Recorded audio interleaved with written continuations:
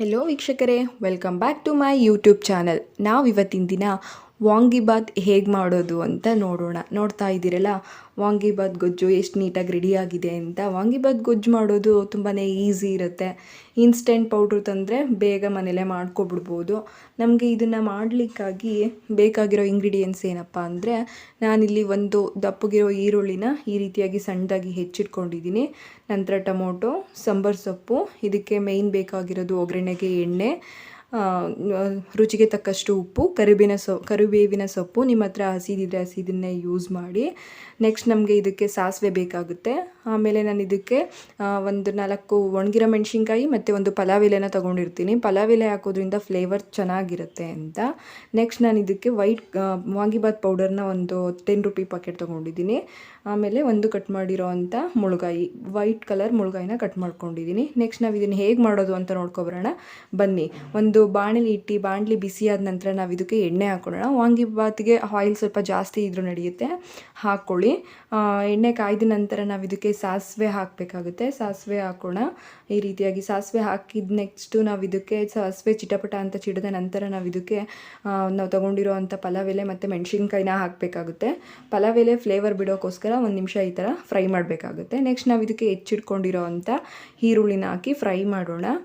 ಇದಕ್ಕೆ ಬೇಕಿದ್ದರೆ ಕಡಲೆಬೇಳೆ ಅಥವಾ ಕಡಲೆ ಬೀಜ, ಈ ಥರ ಹಸಿ ಬಟಾಣಿ, ಈ ಥರದ್ದು ಏನೇನೋ ಯೂಸ್ ಮಾಡ್ತಾರೆ. ನಾನಿಲ್ಲೇನೂ ಹಾಕಿಲ್ಲ. ನೀವು ಬೇಕಿದ್ದರೆ ಕಡಲೆ ಬೀಜ ಮತ್ತು ಕಡಲೆಬೇಳೆ ಹಾಕ್ಕೊಳ್ಳಿ. ನೆಕ್ಸ್ಟ್ ನಾವು ತೊಗೊಂಡಿರೋ ಅಂಥ ಕರಿಬೇವಿನ ಸೊಪ್ಪನ್ನು ಹಾಕಿ ಫ್ರೈ ಮಾಡೋಣ.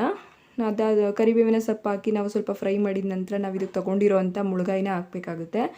ನಾವು ಮುಳ್ಗಾಯಿನ ಯಾವುದೇ ರೀತಿಯಾಗಿ ಬೇಯಿಸಿ ಹಾಕೋದಿಲ್ಲ, ಅದಕ್ಕೋಸ್ಕರ ಡೈರೆಕ್ಟ್ ಈಗ ಎಣ್ಣೆಗೆ ಹಾಕಿ ಇದನ್ನು ಫ್ರೈ ಮಾಡಬೇಕಾಗುತ್ತೆ. ಈ ರೀತಿಯಾಗಿ ಇದು ಫ್ರೈ ಮಾಡಿ ಸ್ವಲ್ಪ ಸಾಫ್ಟಾಗಿ ಬೆಂದ ನಂತರ ನಾವು ಇದಕ್ಕೆ ಟೊಮೊಟೊ ಹಾಕ್ಕೊಳ್ಳೋಣ. ಕೆಲವರು ಬರೀ ಹುಣಸೆ ರಸ ಮಾತ್ರ ಯೂಸ್ ಮಾಡ್ತಾರೆ. ಟೊಮೊಟೊ ಹಾಕಿದ್ರೂ ಚೆನ್ನಾಗಿರುತ್ತೆ. ಟೊಮೊಟೊ ಹಾಕಿ ಮಿಕ್ಸ್ ಮಾಡ್ಕೊಳ್ಳಿ ಚೆನ್ನಾಗಿ. ಟೊಮೊಟೊ ಹಾಕಿ ಮಿಕ್ಸ್ ಮಾಡಿ ಅದು ಒಂದು ಸ್ವಲ್ಪ ಸ್ಮ್ಯಾಶ್ ಆದ ನಂತರ ನಾವು ಅದಕ್ಕೆ ಒಂದು ನಿಂಬೆಹಣ್ಣು ಸೈಜ್ದು ಹುಣಸೆಹಣ್ಣ ತೊಗೊಂಡಿದ್ದೀನಿ. ನೋಡ್ತಾ ಇದ್ದೀರಲ್ಲ, ಈ ರೀತಿಯಾಗಿ ಒಂದು ನಿಂಬೆಹಣ್ಣು ಸೈಜಿನ ಹುಣಸೆ ರಸನ ನಾನು ಇದಕ್ಕೆ ಹಾಕ್ತಾಯಿದ್ದೀನಿ. ಅದನ್ನ ಮಿಕ್ಸ್ ಮಾಡ್ಕೊಳ್ಳೋಣ ನೀಟಾಗಿ. ನಾನು ಹುಣಸೆ ರಸ ಸ್ವಲ್ಪ ಹಾಕಿರೋದ್ರಿಂದ ಗಟ್ಟಿಯಾಗಿ ತೊಗೊಂಡಿದ್ದೀನಿ, ಅದಕ್ಕೆ ಸ್ವಲ್ಪ ನೀರು ಮಿಕ್ಸ್ ಮಾಡಿಕೊಂಡು ಹಾಕ್ಕೊಳ್ಳಿ. ಯಾಕೆಂದರೆ ನಮಗೆ ಗೊಜ್ಜು ಥರ ರೀತಿಯಲ್ಲಿ ಬರಬೇಕಾಗುತ್ತೆ ಇದು, ಅದಕ್ಕೋಸ್ಕರ. ಅದಾದಮೇಲೆ ನಾವು ಇದಕ್ಕೆ ಒಂದು ಅರ್ಧ ಸ್ಪೂನಷ್ಟು ಖಾರದ ಪುಡಿ ಹಾಕೋಣ. ಹಸಿರು ಮೆಣಸಿನ್ಕಾಯಿ ಬೇಕಿದ್ದರೆ ಹಸಿರು ಮೆಣಸಿನ್ಕಾಯಿನಾದರೂ ಯೂಸ್ ಮಾಡಿ. ನಾನಿಲ್ಲಿ ಒಣಗಿರೋ ಮೆಣಸಿನ್ಕಾಯಿ ಮತ್ತು ಖಾರದ ಪುಡಿ ಯೂಸ್ ಮಾಡ್ತಾಯಿದ್ದೀನಿ. ನೆಕ್ಸ್ಟ್ ನಾನು ಇದಕ್ಕೆ ಸ್ವಲ್ಪ ನೀರು ಮಿಕ್ಸ್ ಮಾಡಿಬಿಟ್ಟು ನಾನೇನು ತೊಗೊಂಡಿದ್ದೀನಿ, ಒಂದು 10 ರೂಪೀಸ್ದು ವಾಂಗಿಬಾತ್ ಪೌಡ್ರನ್ನ ತೊಗೊಂಡಿದ್ದೀನಿ ನಾನಿಲ್ಲಿ. ಅದನ್ನ ಹಾಕ್ತಾಯಿದ್ದೀನಿ ಇವಾಗ, ವಾಂಗಿಬಾತ್ ಪೌಡ್ರನ್ನ. ನೋಡ್ತಾ ಇದ್ದೀರಲ್ಲ, ಈಗ ಈ ಟೈಮಲ್ಲಿ ವಾಂಗಿಬಾತ್ ಪೌಡ್ರನ್ನ ಹಾಕ್ಬಿಟ್ಟು ಒಂದು 2ರಿಂದ 3 ನಿಮಿಷ ಹಿಂಗೆ ಮಿಕ್ಸ್ ಮಾಡಬೇಕಾಗುತ್ತೆ. ಲೋ ಫ್ಲೇಮಲ್ಲಿ ಇಟ್ಕೊಂಡು, ಹೈ ಫ್ಲೇಮಲ್ಲೆಲ್ಲ ಇಟ್ಕೋಬೇಡಿ.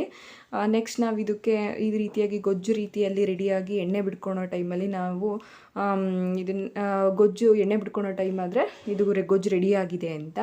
ನಂತರ ನಾವು ಇದಕ್ಕೆ ತೊಗೊಂಡಿರೋ ಅಂಥ ಕಟ್ ಮಾಡಿ ಇಟ್ಕೊಂಡಿದ್ದೀವಿ ಅಲ್ಲ, ಆಗಲೇ ತೋರಿಸಿದ್ನಲ್ಲ ಸಾಂಬಾರು ಸೊಪ್ಪು, ಅದನ್ನು ಹಾಕ್ಕೊಳ್ಳೋಣ. ಲಾಸ್ಟಿಗೆ ಸಾಂಬಾರು ಸೊಪ್ಪು ಹಾಕೋದ್ರಿಂದ ಫ್ಲೇವರ್ ಚೆನ್ನಾಗಿ ಬಿಡ್ಕೊಳುತ್ತೆ. ಫ್ಲೇಮ್ನ ಆಫ್ ಮಾಡಿಬಿಟ್ಟು ನಾವು ಅದಕ್ಕೆ ಸಾಂಬಾರು ಸೊಪ್ಪನ್ನು ಹಾಕಿ ಮಿಕ್ಸ್ ಮಾಡಿದರೆ ಗೊಜ್ಜು ರೆಡಿಯಾಗುತ್ತೆ.